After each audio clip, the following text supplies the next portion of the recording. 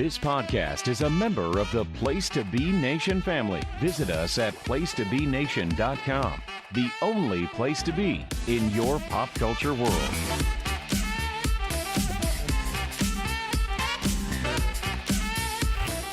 Place to Be Nation, welcome back to PTBN's NBA Team Podcast. I am one of your co-hosts, Andrew Reich. I am joined by my always co-host and forever co-host, Adam Murray. Adam, we're past the first round now. A few bumps in the road, some drama, some physicality. I say that almost sarcastically. But we are now on to the next round, the conference semifinals, your Elite Eight, I guess you could call it. Give me your just generalities about the first round. Denver Clippers, we got right. We did, and it was very close like we thought. What I didn't expect was how absolutely god-awful the Clippers would be in the second half of that game. Game 7, Harden showed up again. I hate the poo-poo on this man because I feel like he had a bit of a revival in this past season under Tyronn Lue, but that was a really bad performance by James Harden in a must-win game. Detroit was feistier than expected, but ultimately went the way we did. Oklahoma City, we knew was going to happen that. Cleveland, we knew it was going to happen with that as well. Boston, we also called.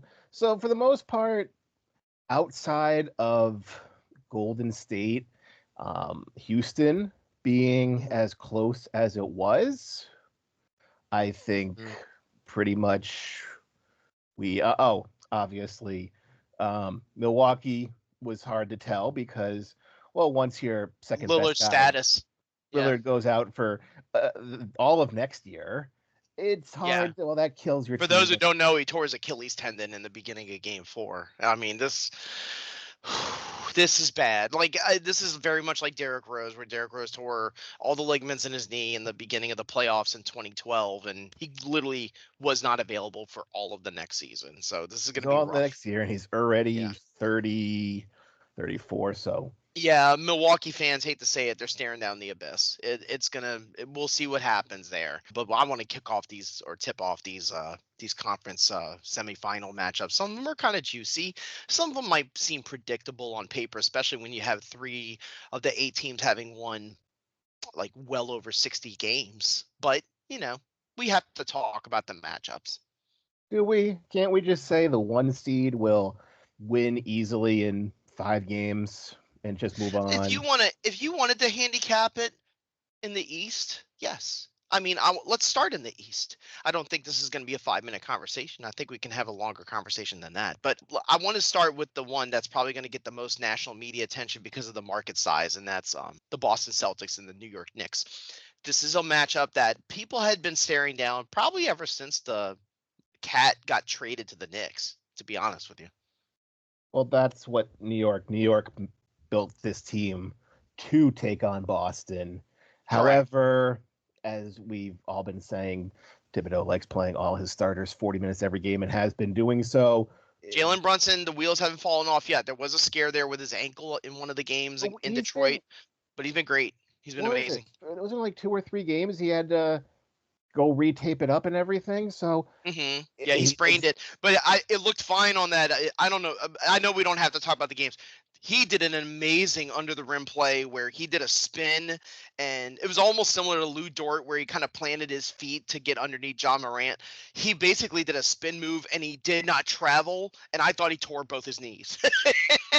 and he stuck to his. It's almost like he got stuck in glue, and he got the layup underneath while the defender was flying the other way.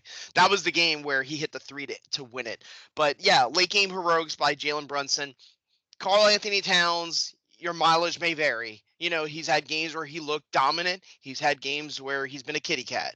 So you just don't know with him. Bridges the same. The one who's been very consistent for the Knicks has been in the playoffs has been OG Anunoby.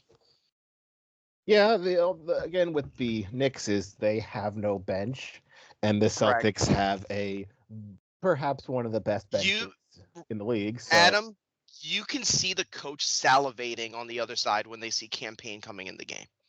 It's sad. Campaign and Miles McBride are pretty much the only ones. Like McBride cannot make a shot right now. He's got to wake up. Yeah. So with that, Celtics 5 or 6 games. I mean, yeah, you're making it quick. I would say for this, Tatum did get the wrist injury. He bounced back from it pretty quickly. His game against Orlando in the clincher was 35 points, 8 rebounds, and 10 assists. He looked amazing. Jaylen Brown looked okay. Porzingis is okay. There was that rumor that popped up midway through about, oh, they might not want to pay the tax if they don't win the championship, but that's postseason, that's off-season stuff. I don't think this team is bothered by that. That is also not unexpected. That is also what we said. You kind of have to win to. A $100 to $200 million tax bill for incoming ownership is very bad. So I understand the point of view from the sales standpoint. Are there concerns with how they looked against the Magic? How they let them hang around in games in the first half, maybe? The Magic, didn't they beat them 2 of the 3 times this year?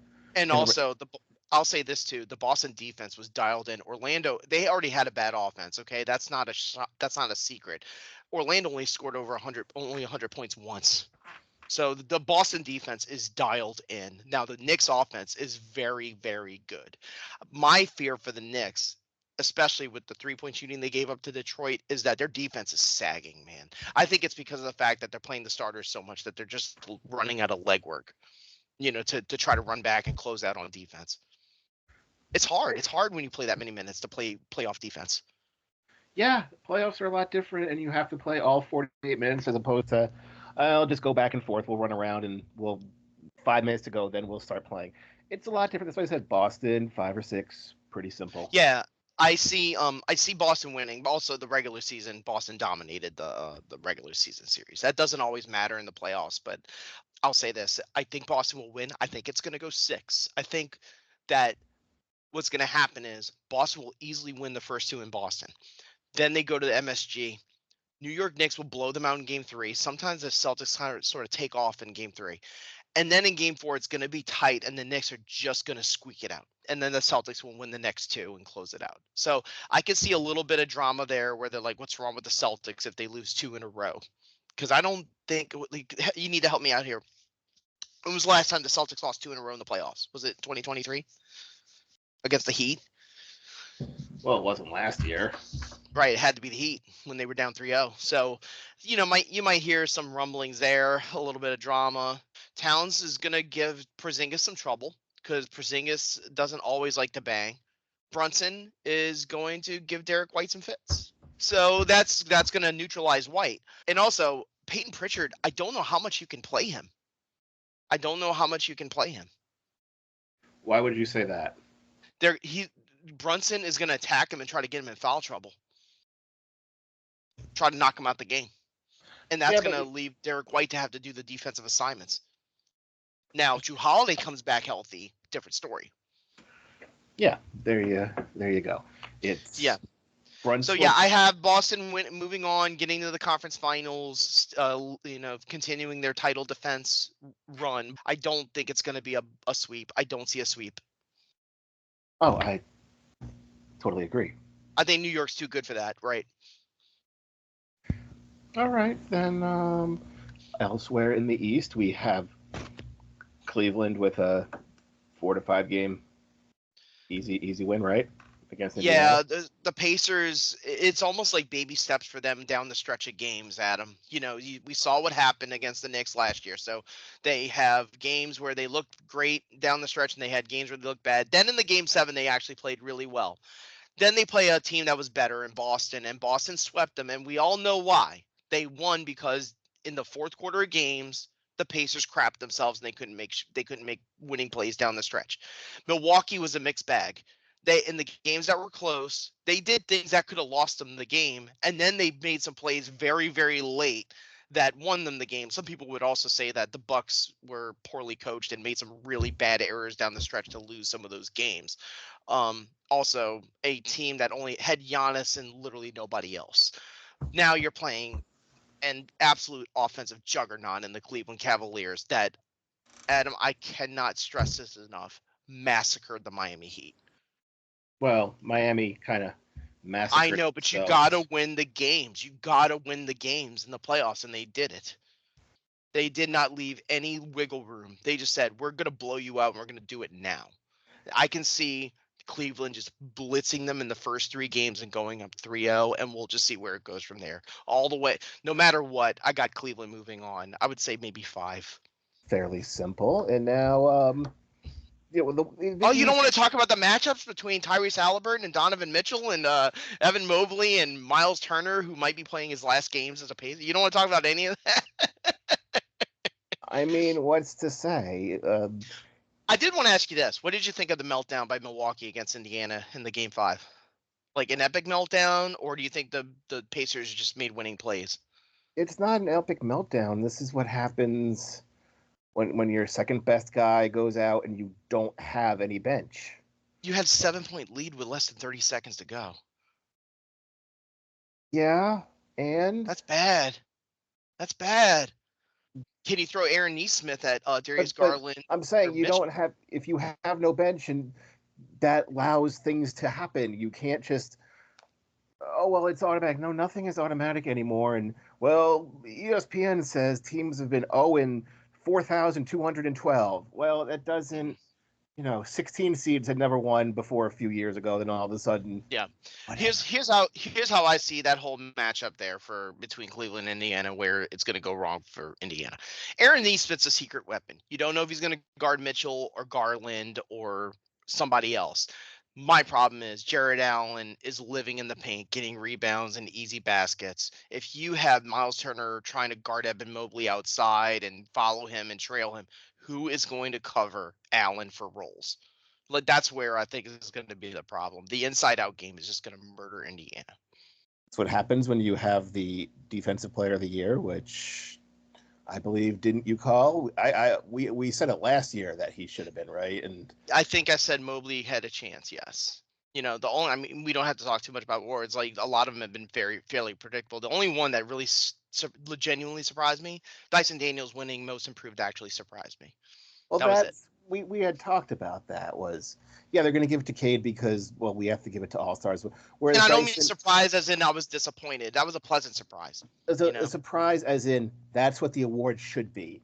It should be somebody like him who went from middle of the bench to, oh, this is a legit starter who should be getting paid now, as opposed to, well, he's a starter, he was number 1 pick. We're waiting for this to happen. This happened, which we expected.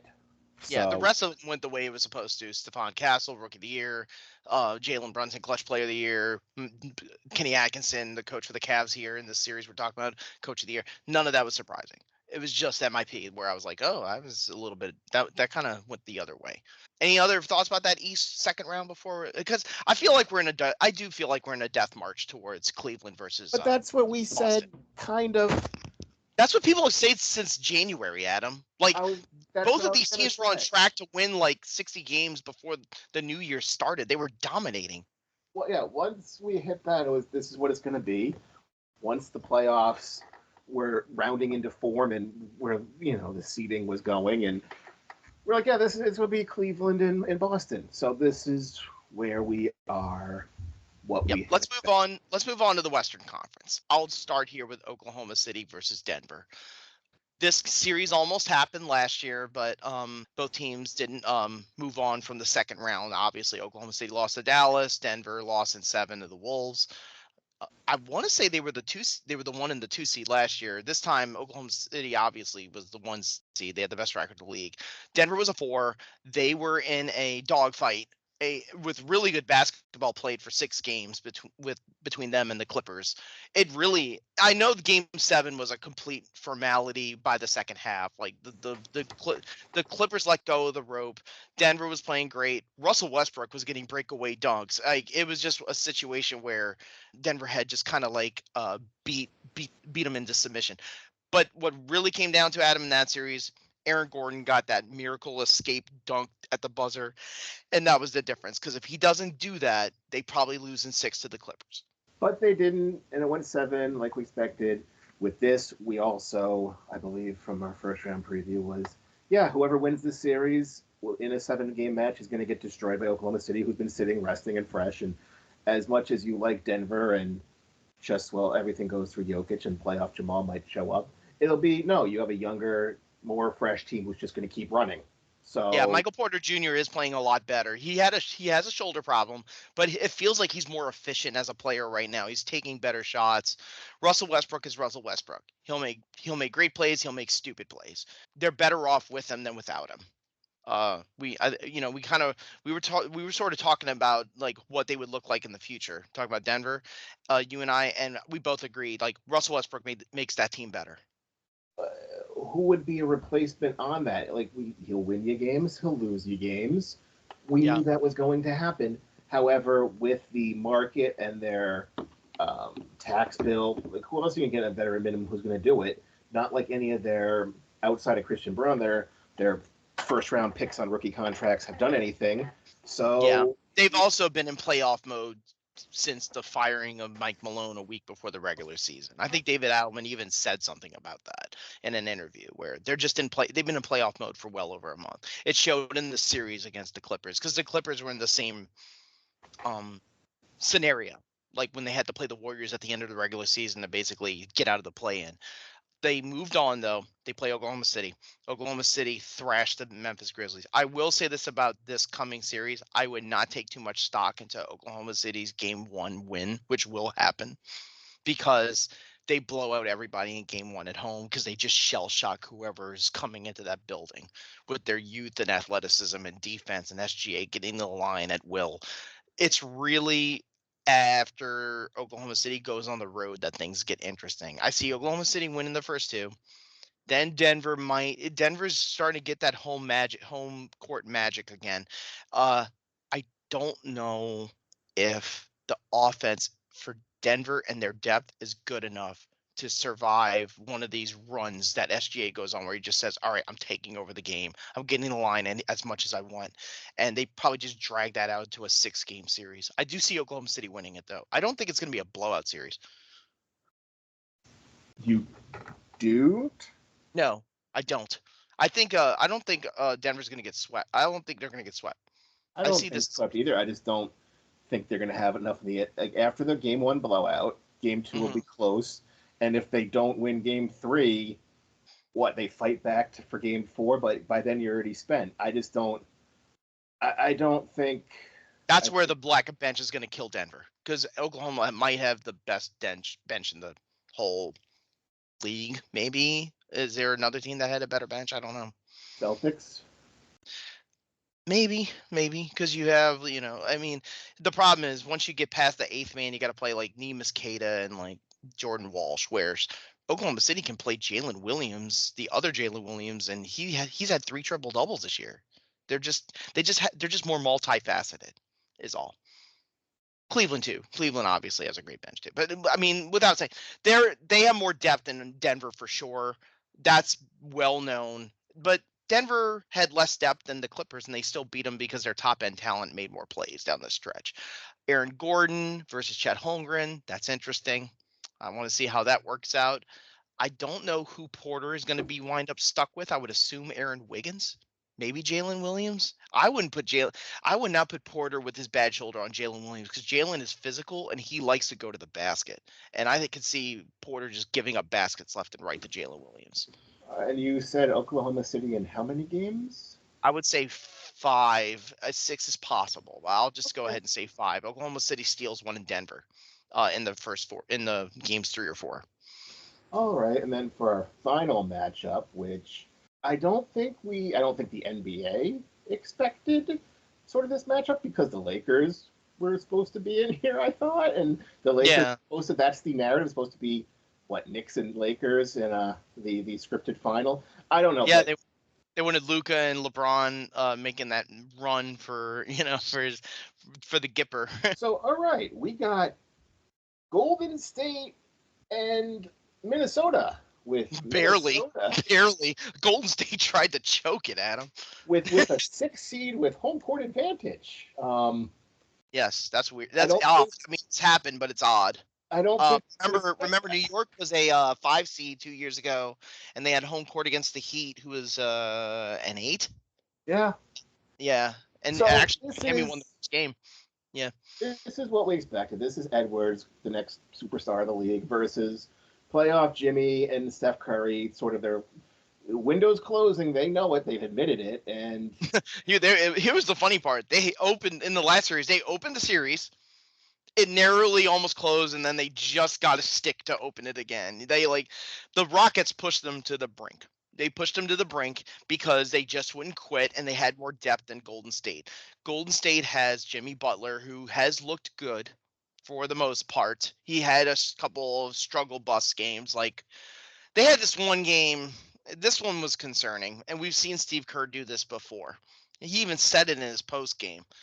They were up 3-1, Adam, and they just punted game 5 on the road. You should never ever fucking punt a playoff game. Period. And Butler struggled and Curry struggled, and they pulled the plug on it. I wouldn't ever pull the plug on a playoff game. no, you always play to win. I've seen too many teams blow 20-point deficits. I just didn't understand that, and it almost cost them the series, in my opinion. But they survived it here. Do the Warriors have enough in the tank to take on the red hot Timberwolves right now? On the glass, no. On the glass, they don't. I mean, Draymond Green has been pushing it to the edge with the referees. This has been highly publicized. The problem, and we know how much he hates Rudy Gobert. He has this lifelong rivalry with this man. But the thing is that it's not going to do much good if he can't out-rebound Rudy, and with the way he's playing right now, he won't be able to. He's just going to live in the paint and get those rebounds. You're going to have to play Looney more. Kevon Looney. You're going to have to play Trace Jackson Davis more. That will put them at a major disadvantage. Brandon Pajemski, Kerr's not in love with him in his lineups all the time. Sometimes he prefers to play Gary Payton II. Anthony Edwards is going to get those guys in foul trouble really fast. So you think the Timberwolves are going to move on? If Ant doesn't settle for 3-pointers, yes. It depends. I hope he doesn't do the Curry thing where he just tries to go tit for tat with him, because Curry always takes about 7 to 10 3-point attempts. If Anthony Edwards actually was the leader in 3-pointers made, that'll probably be the narrative going into the series. You have the top 2 3-point makers in the league, but I wouldn't try to sucker myself into trying to do hero ball one-on-one stuff. That's where I think Minnesota can falter. And when you have 2 of the best one-on-one players in the league in Curry and Butler, that's a very easy trap to fall into. Can the Timberwolves team defense stay cohesive when the Warriors are trying to bait you into playing hero ball? That's going to be the key. Also, very good 3-point shooting teams, both of them. They were 4th and 5th in the league. They're both slow. They're all so slow. So you might see some low-scoring games. I'm going to go with the NBA scripted narrative, and they want Steph Curry and playoff Jimmy in the moving on, as opposed to Anthony Edwards, because, like everything, let's just keep the star machine going as opposed to trying to build a new one.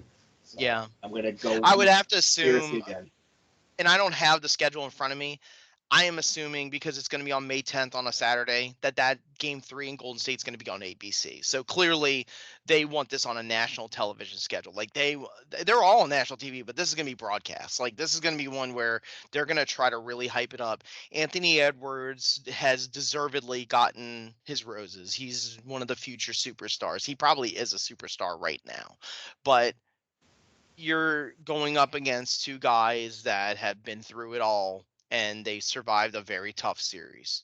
Whereas, I hate to say this about the Lakers, Minnesota beat them kind of easily. Well, it's easy when your coach doesn't make any changes and you have big men. I would go with Minnesota in 7. I think I can see this going 7 games, but I'll go with Minnesota winning it. All right, so we're in tandem on 3 of them, and one we sort of split. So we'll see how we do. So, all right, for this round, I'm Adam Murray. That's Andrew Reich. Have a good one. Take care.